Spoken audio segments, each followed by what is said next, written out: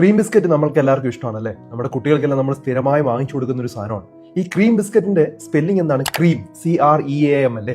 പക്ഷെ ആ ബിസ്ക്കറ്റിന്റെ പാക്കറ്റിൽ നോക്കിയാൽ എഴുതിയിരിക്കുന്നത് CREME എന്നാണ്. മിക്ക പാക്കറ്റ് എടുത്ത് നോക്കിയാൽ, നിങ്ങൾ വാങ്ങിച്ചിരിക്കുന്ന പല പാക്കറ്റും, വീട്ടിലുള്ള പാക്കറ്റ് എല്ലാം എടുത്ത് നോക്കിയാൽ അതിനകത്ത് എഴുതിയിരിക്കുന്ന സ്പെല്ലിംഗ് വ്യത്യാസമാണ്. ഇത് എന്തുകൊണ്ടാണ് ഇങ്ങനെ സംഭവിക്കുന്നത്?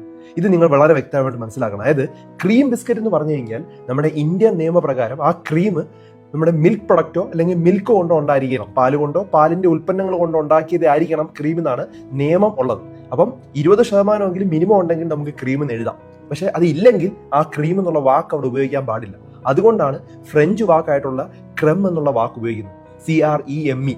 അങ്ങനെ ഉപയോഗിച്ച് കഴിഞ്ഞാൽ നമ്മൾ ക്രീം എന്ന് ആൾക്കാർ വിചാരിക്കുകയും ചെയ്യും. പക്ഷെ അവിടെ മിൽക്ക് പ്രൊഡക്റ്റ് ഉപയോഗിക്കേണ്ട ആവശ്യമില്ല. അവിടെ ഉപയോഗിക്കുന്നത് എന്താണ്? അവർ വെജിറ്റബിൾ ഓയിൽ, അതുപോലെ വെജിറ്റബിൾ ഫാറ്റ്, അതുപോലെ തന്നെ കളറും പഞ്ചസാരയും മാത്രമാണ് ആ ക്രീമിനുള്ളത്.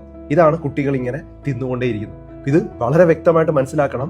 നമ്മൾ ക്രീം ബിസ്ക്കറ്റ് എന്ന് വിചാരിച്ച് നമ്മൾ കഴിക്കുന്നത് പാൽ ഉൽപ്പന്നമാണെന്ന് വിചാരിച്ചാണ് കഴിക്കുന്നതെങ്കിൽ അത് തെറ്റാണ്. അതിൻ്റെ അകത്തുള്ളത് വെജിറ്റബിൾ ഓയിലാണ്. അപ്പോൾ അമിതമാകാതിരിക്കാൻ നോക്കുക. ഇങ്ങനെയുള്ള ചെറിയ ചെറിയ കാര്യങ്ങൾ ശ്രദ്ധിക്കണമെങ്കിൽ പാക്കറ്റ് എടുത്ത് ഒന്ന് തിരിച്ച് അതിൻ്റെ ബാക്കിലുള്ള ഇൻഗ്രീഡിയൻസ് ഒന്ന് വായിച്ചു നോക്കുക. അതിൻ്റെ അകത്ത് വ്യക്തമായിട്ട് എഴുതിയിട്ടുണ്ട് വെജിറ്റബിൾ ഓയിലാണ്, അതുപോലെ തന്നെ പഞ്ചസാരയാണ്, ധാരാളം കളറിങ് ഏജന്റ് ആഡ് ചെയ്തിട്ടുണ്ടെന്നുള്ളത് ക്ലിയർ ആയിട്ട് എഴുതിയിട്ടുണ്ട്. സ്ഥിരമായിട്ട് ഇത് കുട്ടികൾക്ക് കൊടുക്കുന്നത് പല തരത്തിലുള്ള അസുഖങ്ങളും കുട്ടികൾക്ക് ഉണ്ടാക്കാം. അതുകൊണ്ട് ഇത് വളരെ വ്യക്തമായി മനസ്സിലാക്കുക. ധാരാളം ആളുകൾ അറിവിലേക്ക് ഇത് ഷെയർ ചെയ്ത് കൊടുക്കുക.